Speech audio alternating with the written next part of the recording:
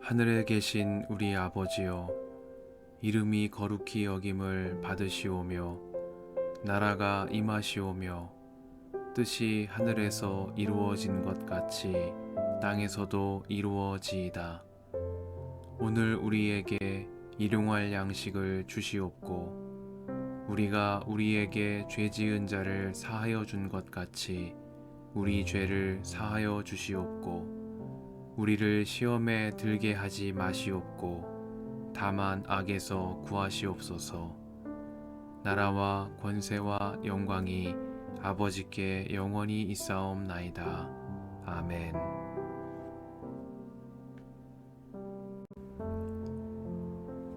이스라엘 자손이 가나안 땅에서 받은 유산을 제사장 엘르앗살과 눈의 아들 여호수아와 이스라엘 자손의 각 지파 우두머리들이 다음과 같이 분배하였다. 주님께서 모세에게 명령하신 대로 그들은 제비를 뽑아서 9지파와 둘로 나뉜 한 지파의 반쪽에게 땅을 유산으로 나누어 주었다. 모세가 이미 요단강 동쪽에서 2지파와 둘로 나뉜 한 지파의 반쪽에게 땅을 유산으로 주었으나 레위 지파에게는 분깃을 주지 않았다. 요셉 지파는 므낫세와 에브라임 2지파로 갈리었다. 레위 지파에게는 거주할 여러 성읍과 그들의 가축과 가축을 기를 목장 외에는 분깃을 주지 않았다. 이스라엘 자손은 주님께서 모세에게 명하신 대로 그 땅을 나누었다. 유다 자손이 길갈에 있는 여호수아에게 다가왔을 때에 그니스 사람 여분네의 아들 갈렙이 여호수아에게 말하였다. 당신은 주님께서 나와 당신에 대하여 가데스 바네아에서 하나님의 사람 모세에게 하신 말씀을 알고 계십니다. 내가 40살이 되었을 때에 주님의 종 모세가 가데스 바네아에서 나를 보내어 그 땅을 정탐하게 하였습니다. 나는 돌아와서 내가 확신하는 바를 그에게 보고하였습니다. 나와 함께 올라갔던 나의 형제들은 백성을 낙심시켰지만 나는 주 나의 하나님을 충성스럽게 따랐습니다. 그래서 모세는 그날 내가 나 주의 하나님께 충성하였으므로 너의 발로 밟은 땅이 영원히 너와 내 자손의 유산이 될 것이다 하고 맹세하였습니다. 이제 보십시오.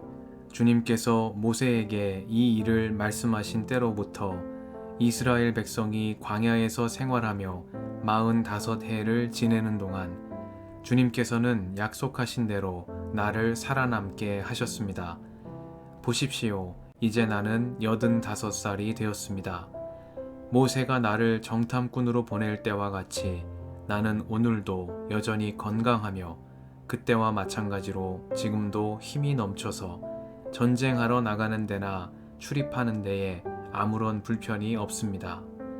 이제 주님께서 그날 약속하신 이 산간지방을 나에게 주십시오. 그때에 당신이 들은 대로 과연 거기에는 아낙 사람이 있고 그 성읍은 크고 견고합니다. 그러나 주님께서 나와 함께 하시기만 한다면 주님께서 말씀하신 대로 나는 그들을 쫓아낼 수 있습니다. 여호수아가 여분네의 아들 갈렙을 축복하고 헤브론을 유산으로 그에게 주었다. 그래서 헤브론은 그니스 사람 여분네의 아들 갈렙의 유산이 되어 오늘날까지 이른다. 그것은 그가 주 이스라엘의 하나님을 충성스럽게 따랐기 때문이다. 헤브론의 옛 이름은 기럇 아르바였는데 아르바는 아낙 사람 가운데서 가장 위대한 인물이었다.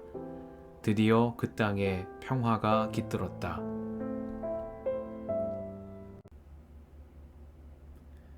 주님의 은총과 평화가 이 저녁에 여러분과 함께 하시길 빕니다. 나와 함께 올라갔던 나의 형제들은 백성을 낙심시켰지만 나는 주 나의 하나님을 충성스럽게 따랐습니다. 그래서 모세는 그날 내가 나 주의 하나님께 충성하였으므로 너의 발로 밟은 땅이 영원히 너와 내 자손의 유산이 될 것이다 하고 맹세하였습니다. 말씀 앞에서 성령의 인도하심과 지혜를 구합니다.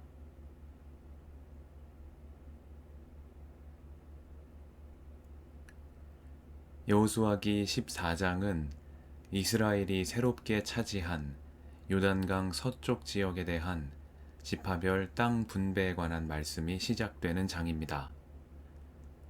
앞선 13장의 요단 동편 지역에 대한 분할은 민수기 32장에 기록된 바와 같이 모세의 때에 이미 이루어진 것이며 르우벤과 갓 지파 그리고 므낫세의 반쪽 지파가 차지한 땅을 확인하는 의미였습니다. 14장부터는 하나님께서 그들의 유산이 되시는 레위 자손을 제외한 나머지 9지파와 므낫세의 남은 반쪽 지파에 대한 요단 서편 지역의 분배가 시작되고 있습니다. 이 이야기는 여호수아기 14장부터 19장까지 이어지며 유다 지파에 속한 갈렙이 헤브론 땅을 받는 이야기에서 시작하여 여호수아가 에브라임 산간 지방의 한 성읍을 자신의 기업으로 받는 이야기로 마무리되고 있습니다. 오늘의 본문 말씀은 이 이야기의 시작인 갈렙이 헤브론 땅을 차지하는 이야기입니다. 모세가 가나안 땅으로 보낸 12명의 정탐꾼 가운데 그 땅을 하나님의 언약에 대한 믿음의 눈으로 바라보고 보고한 이는 여호수아와 갈렙 두 사람뿐이었습니다. 그들은 주님께서 우리와 함께 계시니 그들을 두려워하지 말라고 말했으나 다른 정탐꾼들의 말을 듣고 두려움에 사로잡힌 온 회중은 두려워하지 말라고 말하는 여호수아와 갈렙을 돌로 쳐 죽이려고 했습니다. 젊은 갈렙은 이스라엘이 가나안 사람들 앞에서 두려워하며 하나님의 언약을 떠날 위기에 처해 있을 때에 믿음의 눈으로 그 땅을 바라보았고 그의 목숨을 걸고 충성하였습니다. 그러나 갈렙은 모세를 계승하여 이스라엘의 지도자가 된 여호수아와 달리 내내 역사의 무대 뒤에 머물렀습니다. 갈렙은 보이지 않는 곳에서 충성하였고 하나님은 그런 갈렙의 충성을 잊지 않으셨습니다. 민수기 14장은 이런 갈렙에게 하신 주님의 약속을 전합니다. 그러나 나의 종 갈렙은 그 마음이 남과 다르고 또 전적으로 나를 따랐으므로 나는 그가 다녀온 그 땅으로 그를 데리고 가겠고 그의 자손은 그 땅을 유산으로 받을 것이다. 갈렙이 헤브론 땅을 차지하는 본문 말씀은 하나님께서 갈렙에게 하신 이때의 약속을 그가 여호수아에게 상기시키는 장면으로 시작합니다. 여호수아와 함께 가나안을 정탐하러 갔을 때 40이었던 갈렙은 이제 85살이 되었습니다. 여호수아기 14장은 갈렙의 이야기를 전하며 그가 하나님을 충성스럽게 따랐다는 말을 이 장에서 3번 반복하고 있습니다. 그 마음이 남과 다르고 전적으로 나를 따랐다는 주님의 인정과 같은 말씀이 여기에서 반복되고 있는 것입니다. 요단강 서쪽 지역 땅의 분배는 이러한 충성스러운 갈렙이 헤브론을 차지하는 이야기로부터 시작됩니다. 주님은 갈렙의 충성을 기억하셨고 약속대로 그를 이곳으로 데리고 오셔서 그 자손들에게 땅을 유산으로 주셨습니다. 주님의 약속과 실행 사이의 시간이 얼마가 될지 우리는 알 수 없습니다.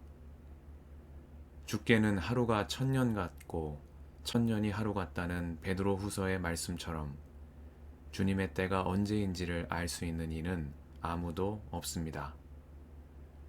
우리의 할 일은 하나님의 약속을 신뢰하며 믿음으로 그날을 기다리며 그날을 향해 나아가는 것입니다. 갈렙처럼 이 약속의 시간을 충성하는 마음으로 지나는 것이 축복의 언약을 간직하고 살아가는 우리의 할 일이겠습니다. 주님 앞에서 그 마음이 남과 다르며 전적으로 나를 따랐다 인정받은 갈렙처럼 미혹의 시대를 살아가는 우리도 다른 마음으로 복음의 한 길을 충성스럽게 걸어나가게 해주시기를 이 저녁에 간구드립니다. 함께 기도하시겠습니다.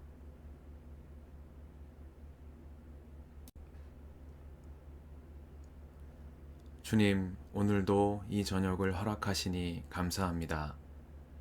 그 마음이 남과 다르며 전적으로 주님을 따른 갈렙처럼 우리도 일평생 주님께 충성하며 복음의 한 길로 나아가게 하옵소서.